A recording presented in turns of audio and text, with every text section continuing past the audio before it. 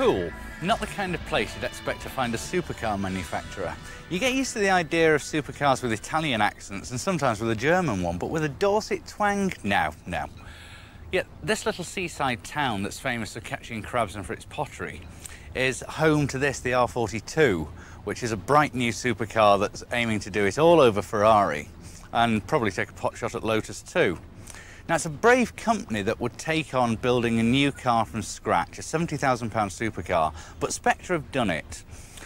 I think that they're an American-owned company indicates their intention to hit the American market quite a bit, but even so, they're going to have to sell probably 150 cars before they even break even, given the millions that it costs to put cars like this through type approval, emission regulations, and the various other bits of red tape that car manufacturers have to go through.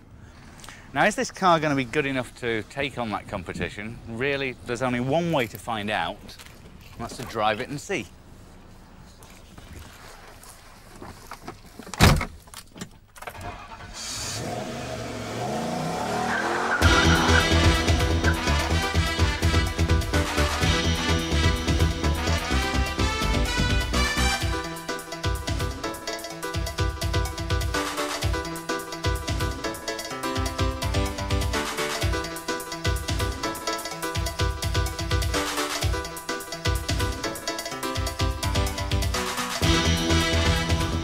Spectre have aimed really to build a race car for the road with this car. Even though it's wrapped up in leather and wood, it is still under the skin very much a race car.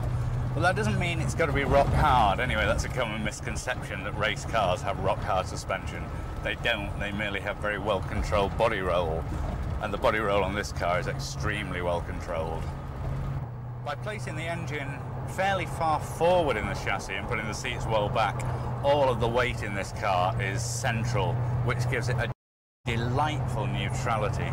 It doesn't know understeer or oversteer, it just simply grips and goes.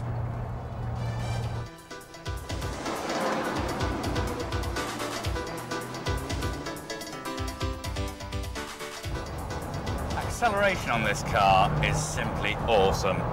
It hits 100 in, I reckon, under 12 seconds, and 0 to 60 is 4 seconds. Well, that's mainly down to its power to weight ratio.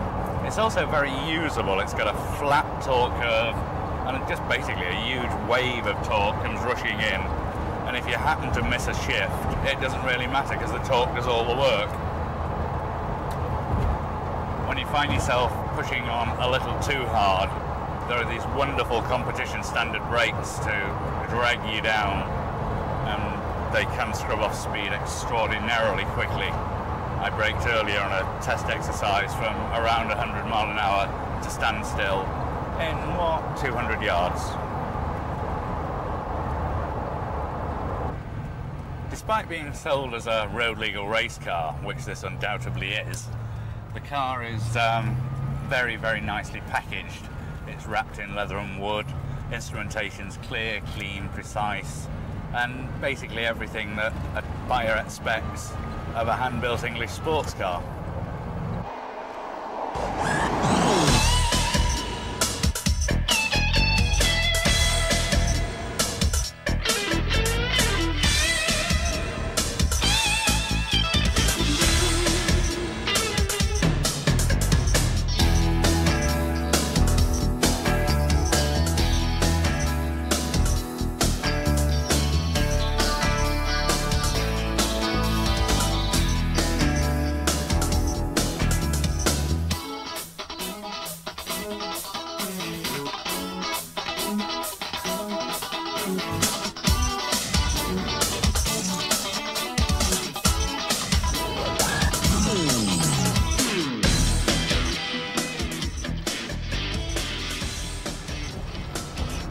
Interior noise levels are higher than the customer will be expected to tolerate. This is a prototype and thus hasn't got all the soundproofing that the production cars will have. But even so, it's lovely to hear the rumble and roar of 350 American horses whinnying right behind my shoulder.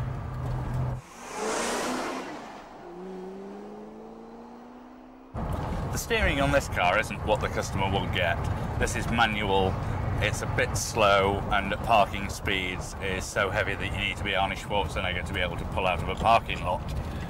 Once you're on the move though, the steering's wonderful. It's immediate, it's precise, and it's sharp as a knife. Very much of the opinion that automatics are for sissies. There's only one option with this car, and that's a 5-speed manual transaxle. This is fairly weighty, but very, very positive. Sitting just behind the engine, it's operated by a cable mechanism, but it actually has a very lovely, positive click-clunk feel. The R42 is an exceptionally wide car, but unlike most wide cars, it starts fairly narrow and gets bigger the further back you get, which can make placing it initially a little intimidating, but it's surprising how quickly you settle into the car, and within a couple of hours quite confident to slot it into gaps that initially you wouldn't even contemplate. What's more, it's nimble, it's agile, and it's extremely precise.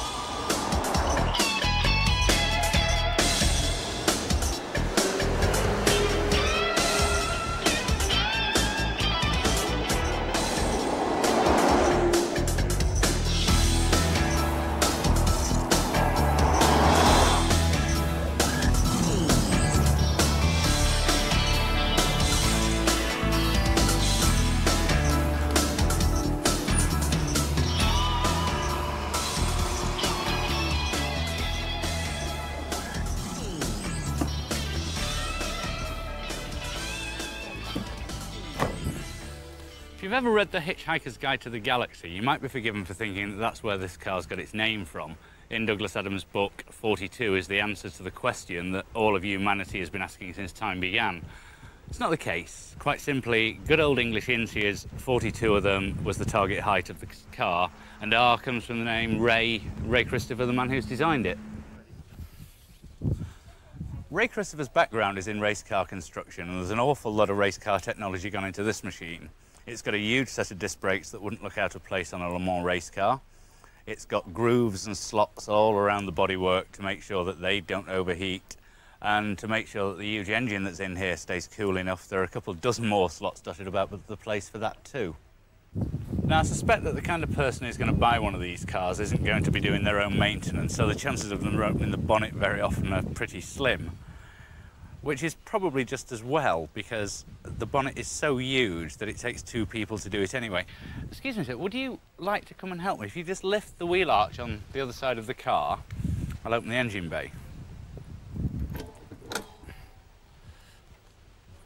There you can see it looks like the snake pit at London Zoo, but fortunately the engine is a low maintenance one that basically just needs oil, filters and plugs every sort of 6,000 or 7,000 miles.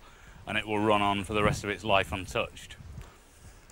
What's important about this engine is the power it produces. It's a 4.6 litre, 32 valve, which gives out 350 brake horsepower and 400 pound-feet of torque.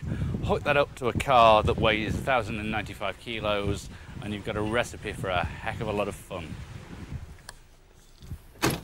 One thing you soon learn to do is to travel light. There is a small luggage space here, but really all it'll take are a couple of small overnight bags. I think the key really is for you and your partner or your friend to load up, take what little you can, and get somebody else to follow you with an estate car to carry your luggage.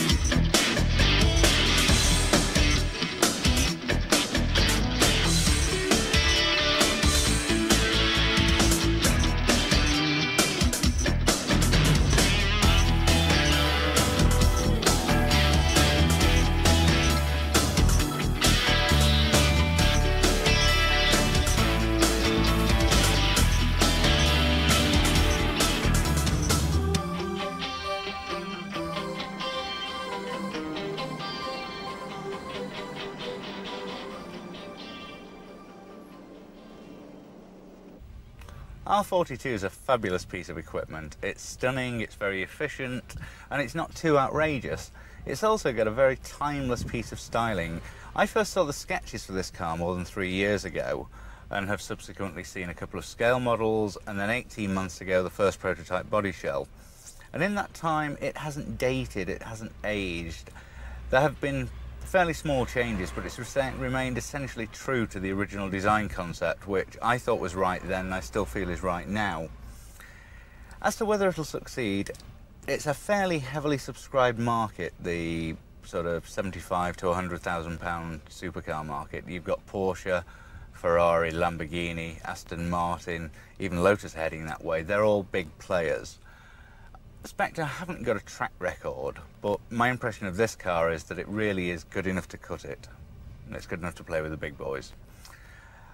What's more, it's the first mid-engined V8 British sports car in a long time, and that also ought to give it more than a fighting chance.